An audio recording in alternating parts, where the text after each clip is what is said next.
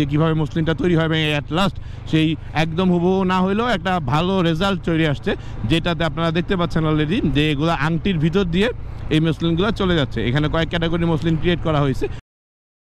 আসসালামু আলাইকুম, হে বাংলা মানুষজন, কেমন আছেন আপনারা? আমি হাসান সেজে চলে এসেছি আপনাদের সাথে নতুন একটা মোটো ব্লগে। আজকে এমন একটা টপিক নিয়ে কথা বলবো বা এমন একটা জায়গা আপনাদেরকে নিয়ে ঘুরে দেখাবো আমার মনে হয় যেটা আপনাদের ভালো লাগবে।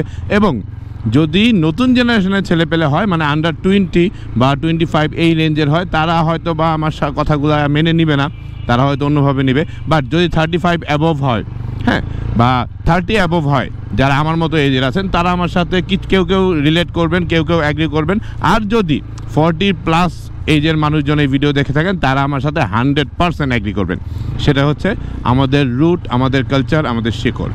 আমরা আমাদের বাঙালিরা যেই ধরনের কালচারগুলো আমাদের ছিল, যেই ঐতিহ্যগুলো ছিল, এগুলো ম্যাক্সিমামগুলোই কিন্তু আমাদের কাছ থেকে হারিয়ে যাচ্ছে। এর মধ্যে অনেক বড় একটা ব্যাপার হইতেছে, আমাদের ঘরে একটা সময় প্রচুর পরিমাণে পিঠা বানানো হইতো।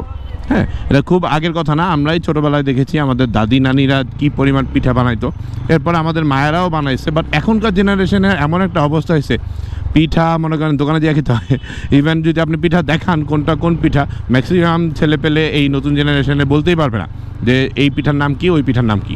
হ্যাঁ, তো এই যেই আমাদের পিঠার যে ঐতিহ্যটা ছিল, নট অনলি পিঠা, আমাদের আরও অনেক কিছুর ঐতিহ্য ছিল, যে ঐতিহ্যগুলোকে কিন্তু কালের ক্রমে টেকনোলজিক্যাল আপডেটে বা সব কিছু অ্যাডভান্স লেভেলের যখন এগিয়ে যাচ্ছে, নতুন ধাপে যখন উত্তীর্ণ হচ্ছে, তখন পুরনো এই ঐতিহ্যগুলো হারিয়ে যাচ্ছে। এবারই মনে হয় আমার আম্মা একদিন মনে ভাপা পিঠা বানাইছে কি বানায়নি, আর আমার শাশুড়ি মনে একদিন পিঠা বানাইছে। ব্যাপারটা এমন না যে আমাদের মায়েরা এখন পিঠা বানাতে পারে না, পারে, কিন্তু তাদের কমপ্লেনটা হচ্ছে যে আমরা কি সময় দিব কিনা এই পিঠা খাওয়ার জন্য, আমরা কি ইন্টারেস্ট কিনা ঘরে পিঠা খাওয়ার জন্য। ব্যাপারটা কিন্তু ওই জায়গায়, কারণ এখনকার জেনারেশন যে অবস্থা হয়েছে, এই অবস্থাতে আসলে ওই ঐতিহ্যগুলো নাই। কয়েকদিন আগে শিল্পকলা একাডেমিতে পিঠা উৎসব হয়ে গেল, নানান ধরনের পিঠা ছিল। আমি আসলে কিছু ছবি ভিডিও দেখছি, যাওয়া হয় নাই ব্যস্ততার কারণে। আর এই যে ব্যাপারগুলো আমাদের ঐতিহ্য ধরে রাখার জন্য শিল্পকলা একাডেমির যে স্টেপগুলো, এই স্টেপগুলো কিন্তু আমার মাঝে মাঝে ভালো লাগে। তো এরকম আরেকটা নতুন স্টেপ বা এখন রানিং চলতেছে, এটা মার্চের 3 তারিখ পর্যন্ত থাকবে, অনেক দিন যাবতই চলতেছিল। তো আমি লাস্ট গত দিনে গিয়ে আসলাম, তো আমার কাছে আসলে ভালো লাগছে। এখানে আমাদের গ্রাম বাংলার বা আমাদের দেশীয় ঐতিহ্যের অনেকগুলো ব্যাপার এখানে ছিল। তো ম্যাডাম এক প্রকার জোর করে আমাকে নিয়ে গেছে, বাট নিয়ে যাওয়ার পরে আমার অনেক ভালো লাগছে জায়গাটায়, কারণ আমাদের নিজস্ব অনেকগুলো ঐতিহ্য আছে আমাদের দেশের। ওই ঐতিহ্যগুলোকে পিক করে এখানে আসলে বাণিজ্যিক আকারে ধারণ করা হইতেছে। যেমন নকশি কাঁথা ছিল, শাখা যে বানায় ওরা ছিল, তারপর আপনার যে মাটির টেপা পুতুল, আমাদের বোনেরা দেখতাম, বান্ধবীরা দেখতাম ছোটোবেলায় খেলতো, মাটির পুতুল, টেপা পুতুল, এগুলো কম বেশি সব কিছু কিন্তু হারিয়ে গেছে। আমার প্রথমে যেই জিনিসটায় চোখ পড়ে সেটা হচ্ছে বায়োস্কোপ ছিল। আজকে ডিজিটাল যুগে এসে এমন একটা সিচুয়েশন হয়েছে, হাতে হাতে স্মার্টফোন, হাতে হাতে মাল্টিমিডিয়া ফোন, প্রত্যেকের হাতে। যে ইউজ করতে পারে সেও একদম দাদি নানি থেকে শুরু করে একদম নতুন আন্ডা বাচ্চার কাছ থেকেও এখন স্মার্টফোন। তো ওরা তো বায়োস্কোপের ব্যাপারটা জানে না।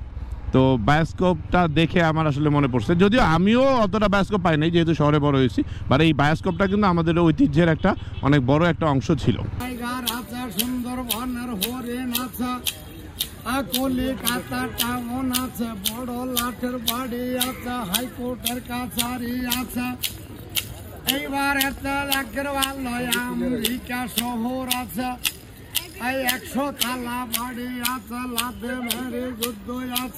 তো বায়োস্কোপের পাশাপাশি মাটির হাড়ি থেকে শুরু করে ঘর সাজানোর অনেক হ্যান্ডিক্রাফট জিনিসপত্র ছিল। আর নকশি কাঁথার একটা দোকান ছিল, যেখানে নকশি হ্যান্ডিক্রাফট করা মেয়েদের ড্রেসও পাওয়া যায় এবং অনেক নকশি কাঁথা ছিল।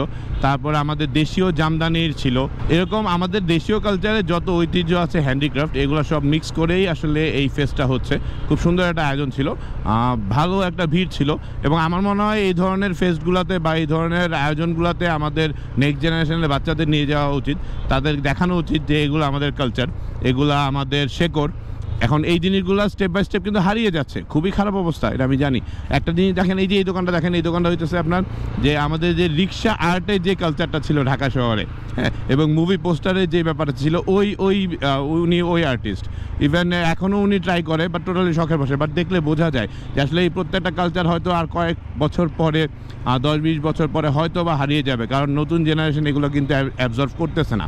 নতুন ব্যবসায় যাচ্ছে, নতুন ধরনের ইনকাম সোর্স করতেছে, নতুন কালচারের সাথে তারা স্ট্যাবলিশ করতেছে। এই যে পিঠার ব্যাপারটা যে বললাম, হ্যাঁ, একটা সময় ঘরে ঘরে পিঠা বানাইতো, তখন বাইরে কিন্তু ওরকম শর্ট মানে এই ধরনের নাস্তা পাওয়া যেত না। হ্যাঁ, আর এখনকার সময়ে ফার্স্ট ওয়ার্ল্ডের অনেক কালচারের নাস্তা পানি চলে আসছে, যেগুলোতে আসলে আমরা অভ্যস্ত হয়ে গেছি, যার কারণে ঘরের ওই নাস্তা, ঘরের ওই ফুডের ব্যাপারগুলো কিন্তু আস্তে আস্তে কমে যাচ্ছে।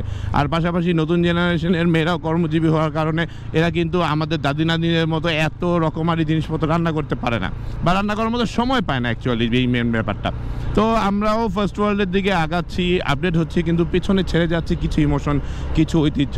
তো এই ঐতিহ্যগুলো যতটুকু সম্ভব আমাদের প্রত্যেকে আসলে উচিত, যদি কোনো সম্ভব হয়, কোনো সুযোগ থাকে, এগুলাকে গ্র্যাব করে ধরে রাখার। তো শিল্পকলা একাডেমিকে অনেক বেশি থ্যাংক ইউ, এমন কিছু আয়োজন সবসময় করার জন্য। প্রতি বছরই করে, বাট এবার আসলে ওই পিঠা উৎসবে যাওয়া হয় নাই, তো এটাতে গিয়েছিলাম।